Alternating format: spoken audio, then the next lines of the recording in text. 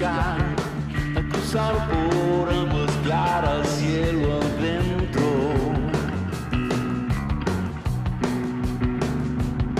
Un camino que a su vez nos acerque el corazón a tierra. Esto es lo nuevo de Divididos, que sacaron un disco después de, no sé, como 15 años que no sacaban un disco. Me genera alguna expectativa. Todavía no escuché el disco entero, escuché este corte de difusión, que está bueno, pero viste que cuando escuchás un disco nuevo lo tenés que escuchar varias veces para ver si te gusta, si no te gusta. Seguís encontrando cosas aparte. La primera es como un shock medio rara. Bueno, esto Habrá Consecuencias, no está Ariel Jalad, pero mañana se reincorpora para hacer el programa como siempre. Y este es el momento en el que Ari hace su editorial. Yo les voy a hacer un comentario más breve para que después sigamos la conversación. Lo que pensé para este momento del programa es plantearles que Milei se auto-otorgó un cheque en blanco. ¿Qué quiero decir con esto? Después de las elecciones del 26 de octubre hubo muchas interpretaciones acerca de cuál había sido el mensaje del electorado.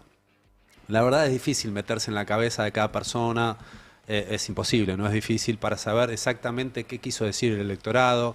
Ese 40, casi 41% de la gente que votó, porque hay gente que no votó, que bancó a este gobierno, que votó al oficialismo. Yo siempre digo que haciendo una lectura superficial, que es la única que estamos en condiciones de hacer, en definitiva es un 40-41% del electorado que dijo prefiero esto que otra cosa. Y es una forma de bancar al gobierno.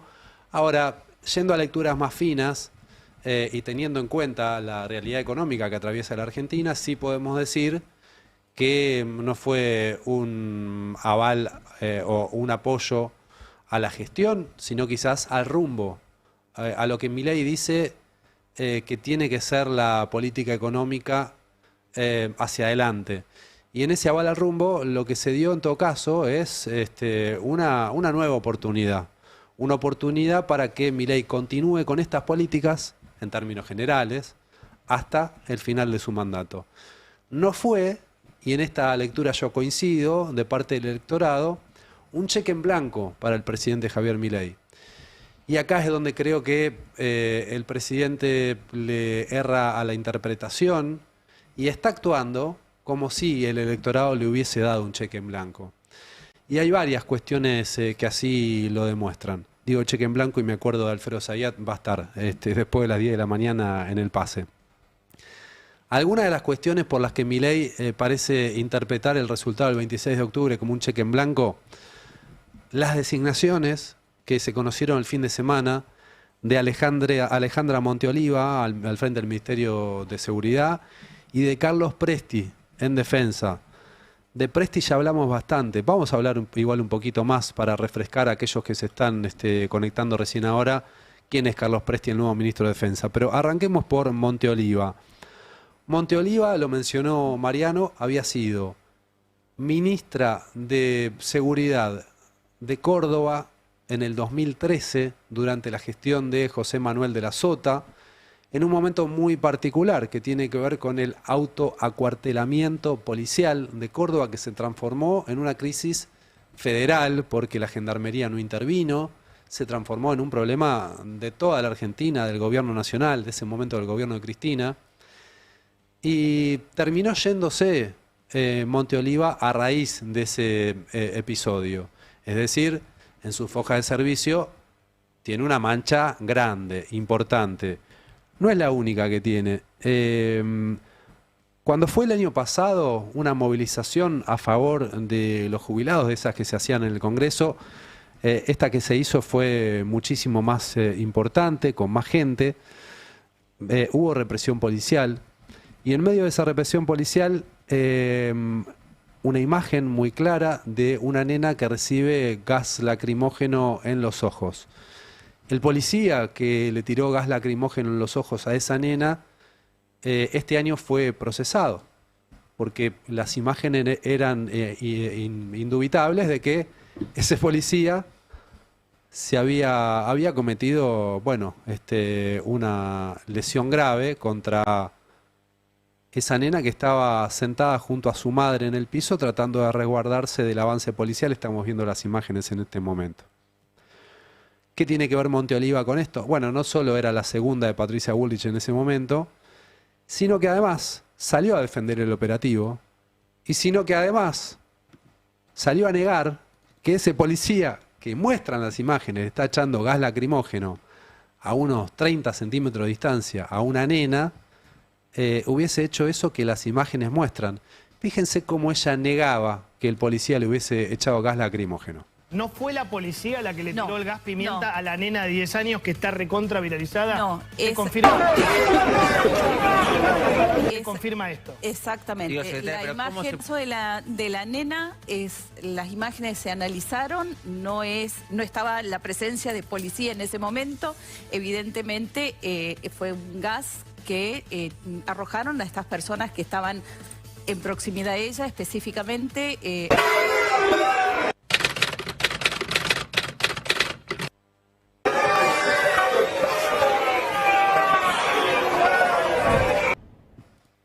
Bueno, es espectacular, ¿eh? Espectacular porque es digno de el espectáculo de la mentira.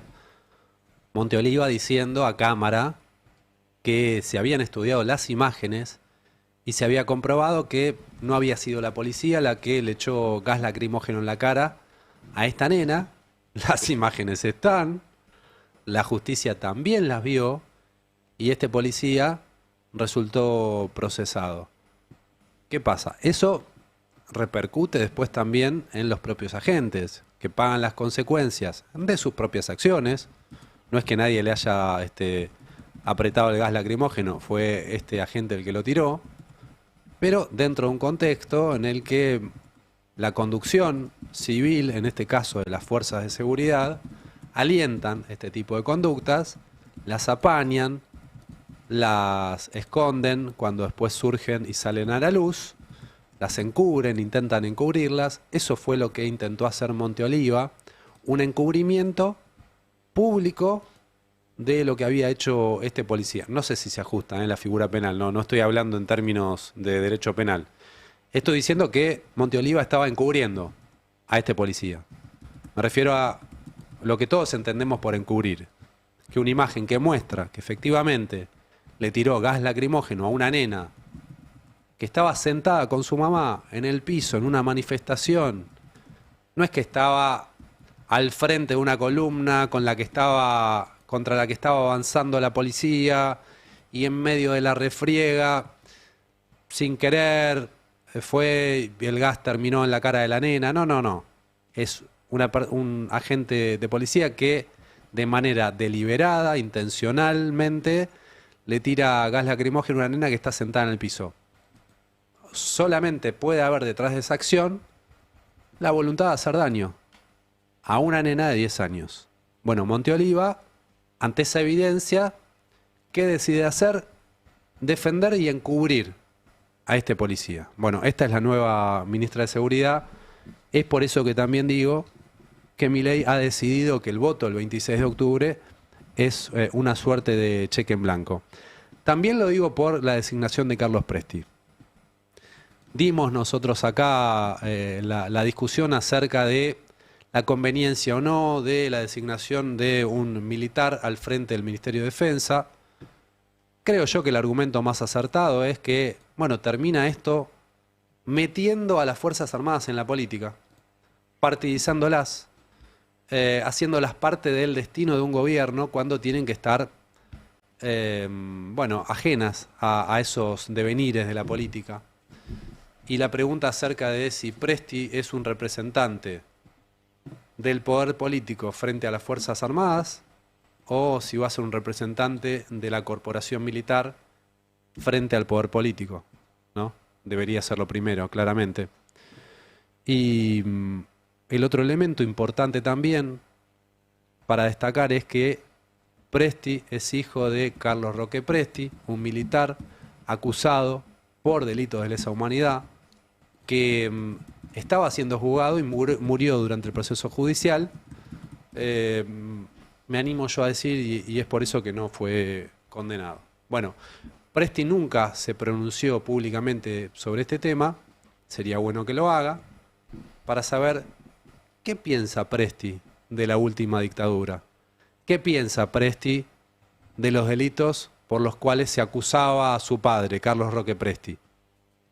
¿Tiene alguna información para aportarnos, para aportarle a la Argentina acerca de el destino de los desaparecidos, el destino de los nietos robados? ¿Tiene algo para decir? Nunca se refirió a la dictadura. ¿Por qué? No es un tema para él. ¿Está de acuerdo? ¿La reivindica? La verdad, debería sentarse Presti en algún momento al lado del jefe de gabinete, como solían hacer con los nuevos funcionarios, y que haya posibilidad de preguntarle.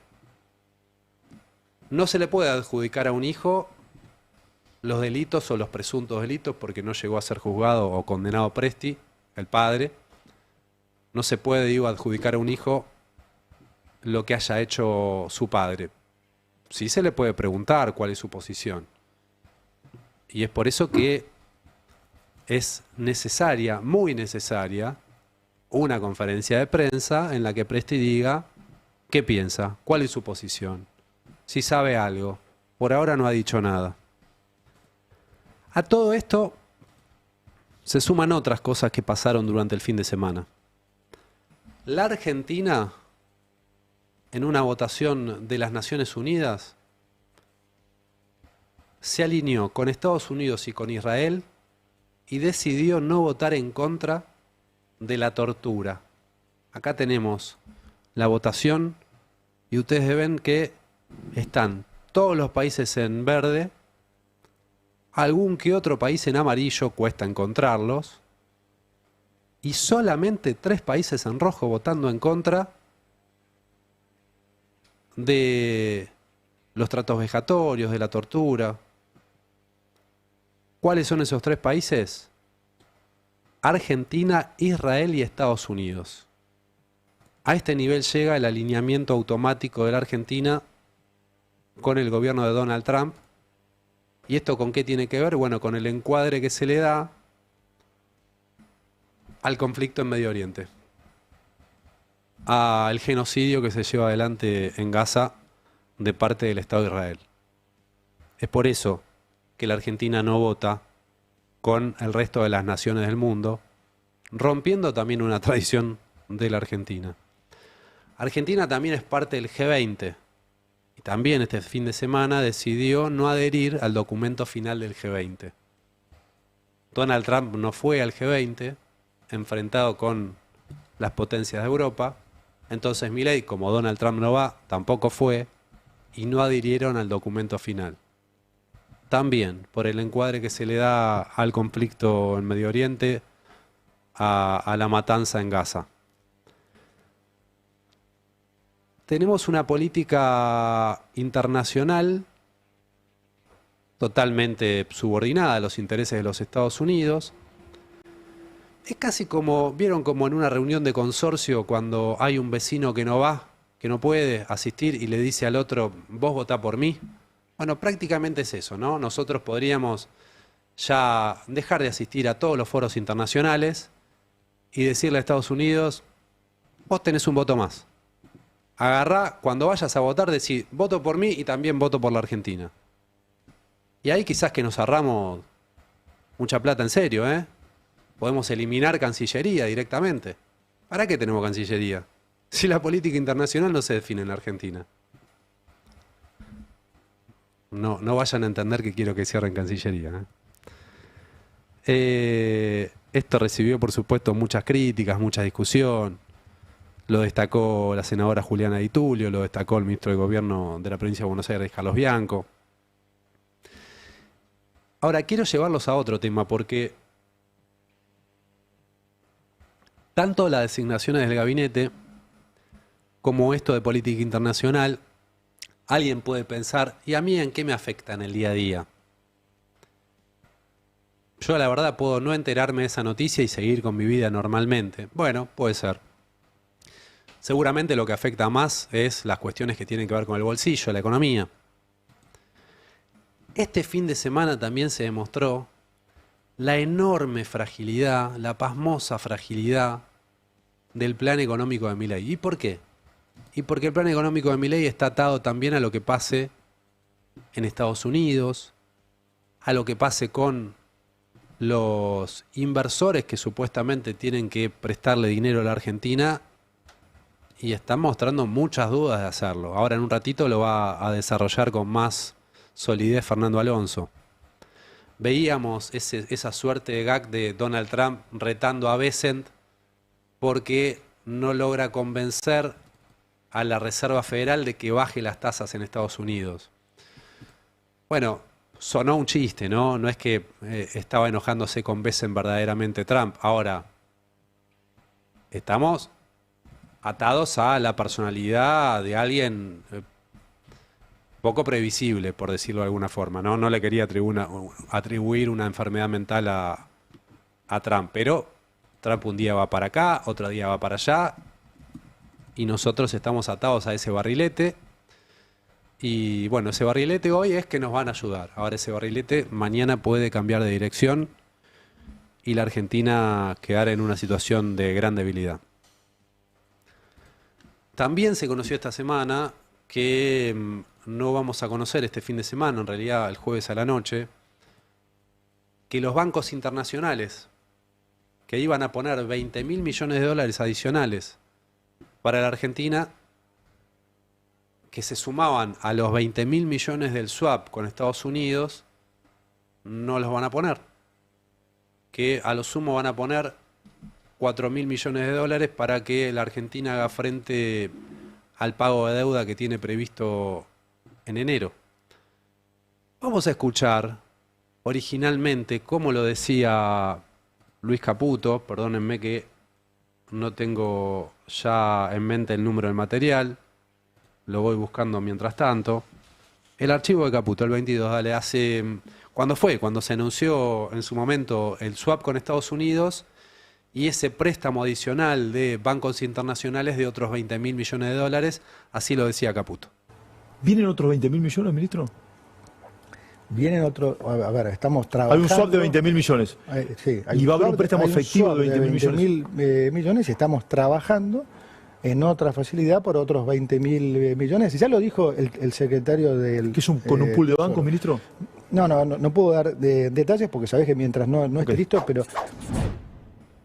Bueno, ahí está. Estamos trabajando para que vengan otros 20.000 millones. Finalmente no vinieron esos 20.000 millones. Lo extraño es que si no vienen los 20.000 millones y vos dijiste que estaban ahí cerca de venir los 20.000 millones, tenés que hacerte cargo, decir, che, ¿y qué pasó en el medio? ¿Y por qué no vienen? Bueno, fíjate la reacción de Caputo, que está en el tuit 23, es el tuit de Caputo, sí, el 23.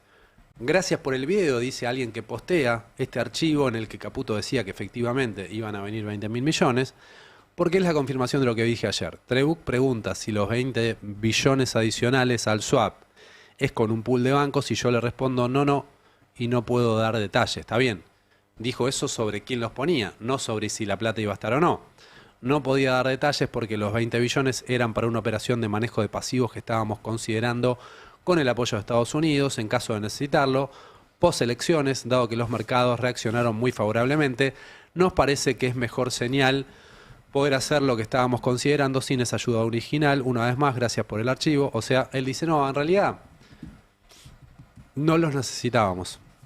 Nos está yendo tan bien que mejor no tener esos 20.000 millones. Bueno, ¿alguien le cree? Y lo que pasó también el viernes, importante, es que el riesgo país, que el jueves había perforado el piso de los 600 puntos, volvió a subir y se ubicó en 650 puntos. También vos me podrás decir, ¿qué carajo me importa el riesgo país? Yo ni sé lo que es. Mi economía de todos los días no pasa por ahí. Bueno, es importante para el programa de Milei. ¿Por qué es importante?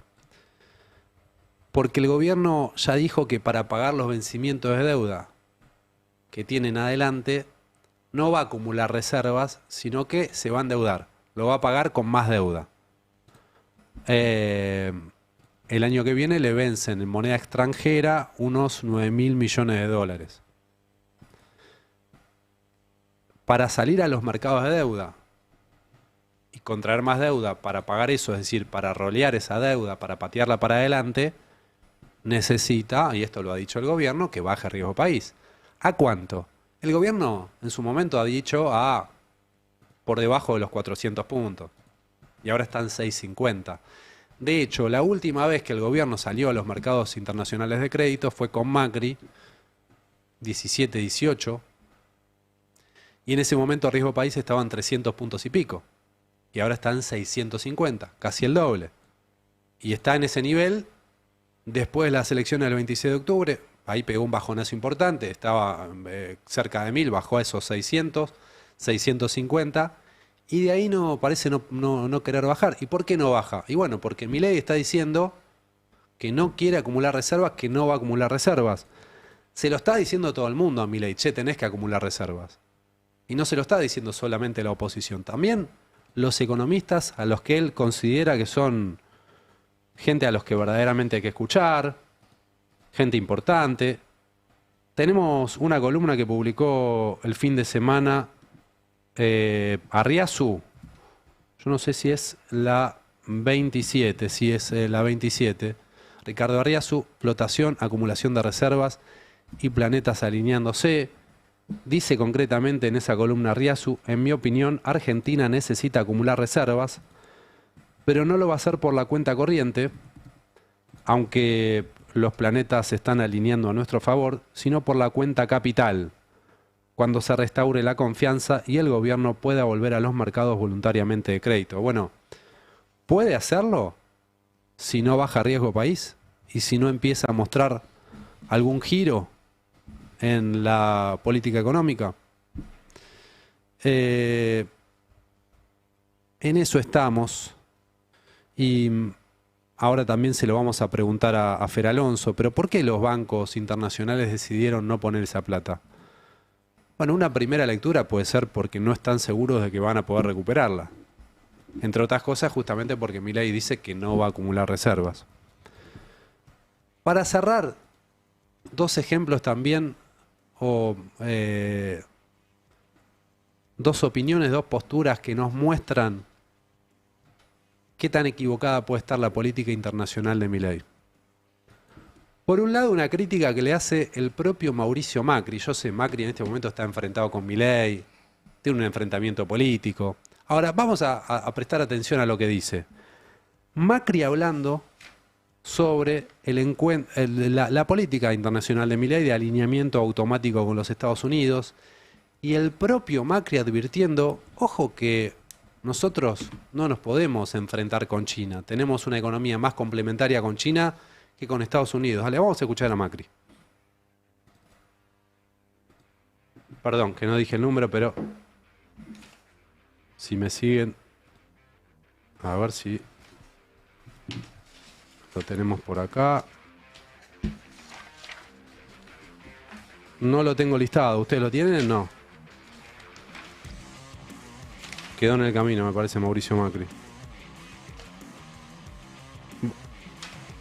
No, no lo tenemos a Macri. Bueno, Macri lo que decía era justamente eso que les comentaba.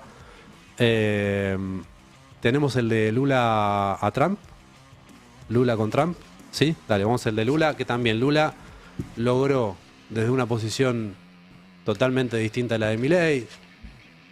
Tampoco. Bueno, vamos a cerrar acá entonces y le vamos a preguntar a Fer Alonso sobre justamente esta decisión, Fer, de ir para atrás, ir para adelante, el recule de los bancos internacionales. ¿A qué lo atribuís, Fer?